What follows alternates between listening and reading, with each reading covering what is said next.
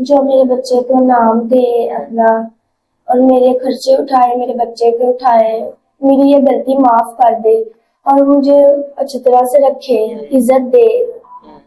Fine, वो बाहर ले जाए या मुझे बाहर ले जाए या वो मुझे इधर ही रखे, मुझे कोई मसला नहीं। मैं स्कूल में पढ़ती थी, मेरी तबीयत ना बहुत खराब रहती होती थी। दिन ज्यादा खराब हुई ना तो मामा कहती कि चलो मैं तुम्हें हॉस्पिटल ले चलती।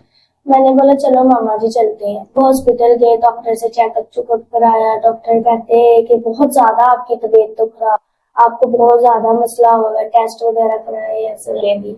उन्होंने मुझे एडमिट कर लिया हॉस्पिटल में। एडमिट कर लिया उन्होंने तो मैं बहुत ज्यादा बीमार हो गई थी, तो मेरी मामा भी बहुत परेशान है। तो उधर एक वार्ड बॉय था, ज्यादातर मेडिसिन देने को ही मुझे आता होता। तो मेरी मामा जब चली जाती होती थी घर पे करने, तब आके मेरे पास बैठा रहता होता था, मुझे दवाई देता था, करता था, मैं भी कर लेती थी। मैं अकेली होती थी, जरी बात है, एक बंदा थक जाता है, वो रेस्ट करने घर पे जाती होती, तो वो आके बैठ के इतनी बातें शातें करता होता था कि मेरे घर के बारे में पूछता था, मेरी तबीयत आके पूछता था, इधर उधर की बातें मेरे साथ करता था, अपनी बातें मुझे बताता होता। तो मैं भी बड़ी ना इंटरेस्ट से बातें उसके साथ करती होती थी। मेरे पास कोई होता तो था नहीं। तो फिर ना उसने एक दिन ना मुझे बोला कि मैं तुमसे प्यार करता हूँ। तो मैंने भी हाँ कर दी। फिर उसको बातों बातों में बस उसके साथ मुझे लगाव हो गया था, तो वो उसने मुझे बोला, मैंने भी हाँ कर दी। तो मैं परेशान थी कि अब मेरी मामा इससे शादी मेरी कैसे कराएगी। हम लोग बहुत अच्छी स्ट्रॉन्ग फैमिली से मैं ताल्लुक रखती हूँ, मेरी मामा वोट बॉय के साथ मेरी शादी कैसे करेंगी। फिर ऐसे ही ना काफी, मतलब 15 दिन हॉस्पिटल में रुकी थी। तो वो 15 दिन तक बातें शातें करता रहा। तो फिर ना हम आ गए हॉस्पिटल से घर पे।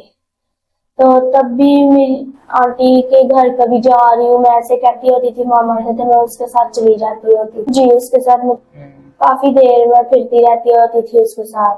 तो एक दिन ना वो कहता कि मैंने तुमसे शादी करनी है। तो मैंने बोला मेरे मम्मी पापा तो नहीं मानेंगे। तो वो कहता फिर हम भाग चलते हैं, क्योंकि मैं बहुत ज्यादा स्ट्रॉन्ग फैमिली से ताल्लुक रखती हूँ, बहुत ज्यादा, मतलब कि हम लोग सही स्टैंड है। वो वार्ड बॉय था जी, तो इस वजह से मेरी मामा नहीं करना चाहती थी। मैंने बात भी मामा से नहीं की फिर जी। वो कहता होता था कि मैं तुम्हें बहुत प्यार करता हूँ, तुम्हारे बगैर मैं मर जाऊंगा, मैं तुमसे बहुत ज्यादा प्यार करता हूँ, तुम्हें बहुत खुश रखूंगा, बातें करता था मेरे साथ। फिर मैं उसके साथ घर से भाग गई बाइक के टाइम। वो अपने दोस्त के घर मुझे ले गया, कहता है कि तुम्हारी फैमिली स्ट्रॉन्ग है, ऐसे है कि वो तलाश वगैरह करेंगे।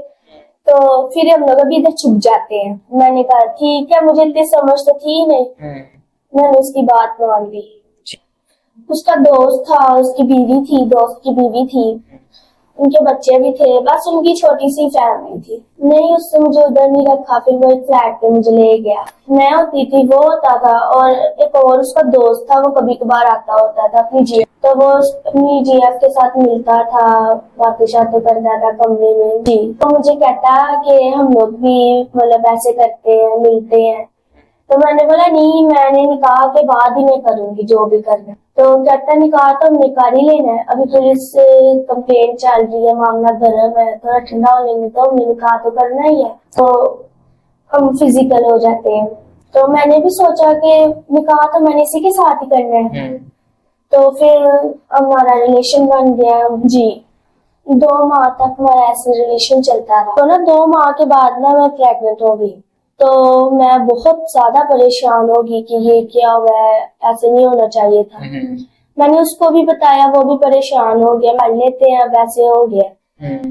तो वो कहता कि हम, मैं ना कुछ देर तक जाता हूँ बाहर, तो मैं बंदोबस्त करता हूँ, फिर हम कर लेंगे निकाह। मैंने बोला चलो सही है, तुम कर लो फिर। तो वो गया, वो वापस ही नहीं आया। 2 दिन गुजर गए जी, वो वापस ही नहीं आया। वो 2 दिन गुजर गए, तो उसने नहीं आना, आप भी यहाँ से जाओ, उसने कोई निकाह वगैरह आपके साथ नहीं करना था। तो फिर मैं क्या करती, फिर मैं चली गई उधर से जी, मैंने छोड़ दिया। फिर मैं कहीं बाहर बैठी हुई थी किसी जगह पे, तो मैं बहुत ज्यादा ना रो रही थी। तो अंकल पास से गुजर रहे थे मेरे, तो वो कहते बेटा आपको क्या हुआ है। मैंने बोला अंकल जी ऐसे ऐसे मैंने कोई बात। वो भी इमोशनल हो गए। तो वो फिर मुझे अपने घर ले गए, तो मैं उन्हीं के साथ पास ही रह रही हूँ।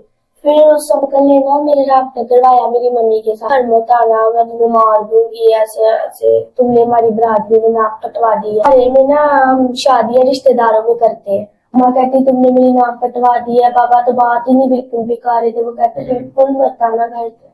ठीक। जी, मैंने अभी तो कुछ भी नहीं सोचा, मैं सारा दिन उसे याद करते रोती रहती हूँ, कैसा मैंने क्यों किया था उस वक्त।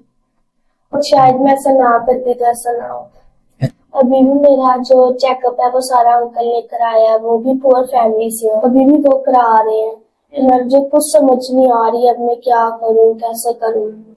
अगर आप गारंटी देते हैं तो मैं कर लूंगी। पहली बात, मेरा चेकअप वगैरह भी फ्री थोड़ी होता है।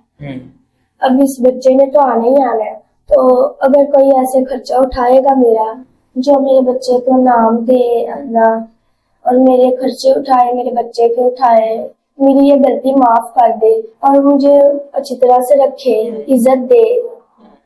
फाइन, वो बाहर ले जाए या मुझे बाहर ले जाए, या वो मुझे इधर ही रखे, मुझे कोई मसला। जी।